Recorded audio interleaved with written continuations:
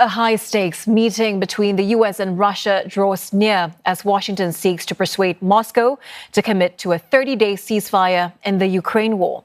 Moscow says talks between the two parties could take place as early as today. It remains unclear as to who is part of the U.S. delegation.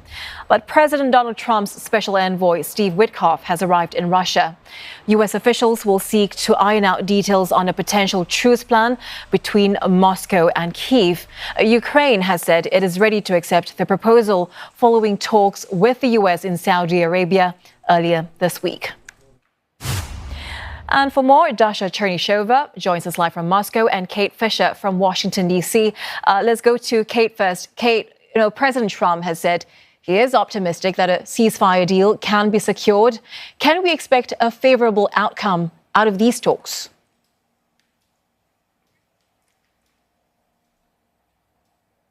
Well, certainly President Trump has said he hopes that Russia will engage with this. And as you say, he sent his top negotiator, Steve Witkoff, to Moscow.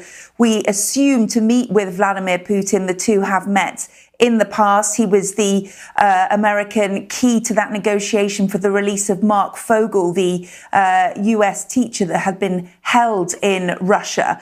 But Moscow has said repeatedly that it does not want to have a temporary ceasefire. It wants to see a full end to the war. And certainly we saw Vladimir Putin looking hawkish on that visit to Kursk in recent days.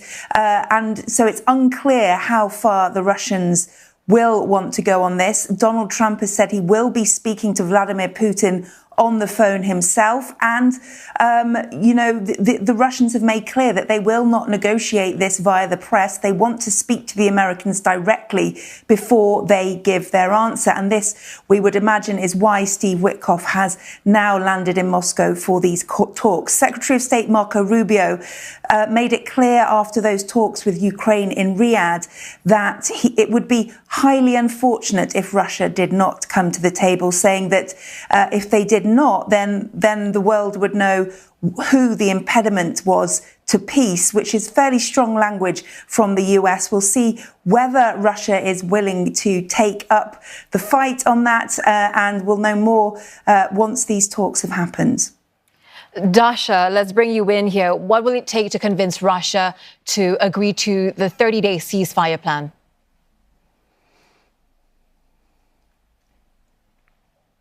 Well, definitely Moscow's position has been very articulate, and Moscow has insisted that what is now being suggested is nothing else but an attempt to give the Ukrainian troops a respite. And this is the time that Moscow fears Ukraine will use to regroup and to rearm, while Russia is holding the upper hand on the battlefield, regaining control over the Kursk region, which Moscow says Ukraine attempted to use as the bargaining chip, and also making advances in the Donbas region. So we've heard that the Russian president is likely to be addressing this proposal later in the day. He's having talks with his Belarusian counterpart, Alexander Lukashenko, and the Kremlin. And this issue has been already touched upon in the welcoming words. We have heard Alexander Lukashenko saying that it is clear that Moscow won't be agreeing to anything that will be not in its interest. Kremlin presidential aide has also been speaking, suggesting that Americans understand that